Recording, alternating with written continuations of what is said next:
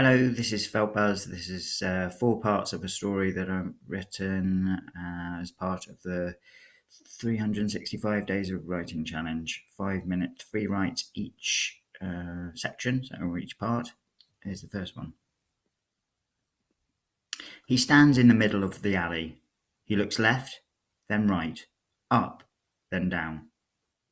He's lost, he realises. Worse than that. Not only doesn't he know where he is, but he also doesn't know how he got here.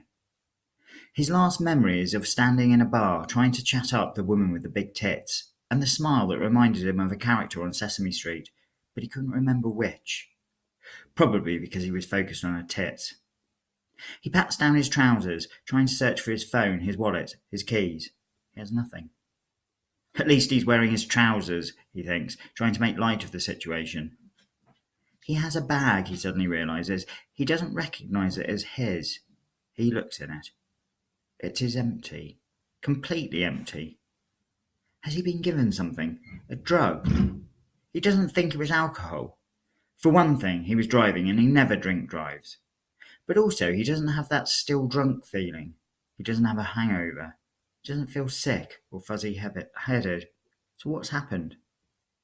How can he be standing in a bar one moment, and in the next in a street, all alone without his possessions? He looks around the street again. Perhaps he can find someone. Perhaps he can get help. Help! He calls out into the empty street. He stops and tries to still his breathing, trying to hear a response. His heart thumps in his chest, but aside from that, all he can hear is silence.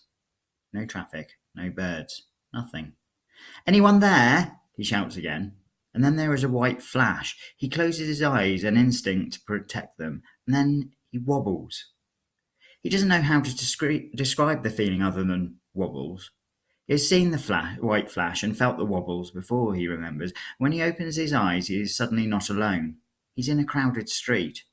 Not the same street as before, possibly not the same town. It feels different. It smells different too. But perhaps that is because there are thousands of others pressed up against him. He can smell them. Some of them are sweet and nice, but others stink. Dirty clothes and armpits that could do with a good wash. He's being swept along by the crowd, and at first he fights it. But it is pointless, and in the end he gives in. They are flowing under a bridge, this river of human beings. Where are we going? He asks a woman who is next to him. She looks at him, but doesn't reply. Please, he says, smiling at the woman, hoping he looks less deranged than he feels. Please, can you tell me where we're going? She nods and then says, Can you look at your watch where you're going? He blinks, confused at the strange last few words that seem to run together in one big car crash word. Instinctively he looks at his wrist, where he once wore a watch, but now his wrist is bare, and at the same time his feet strike something, and he trips, and as he falls he puts his hand out, and now he sees a watch on his previously empty wrist, and he knows he's going to crash face first into the pavement, but there's a white flash, and everything wobbles again, and he feels sand in his face and the crunch of it against his teeth in his open mouth, and suddenly he finds he's not on the street after all, but on a beach.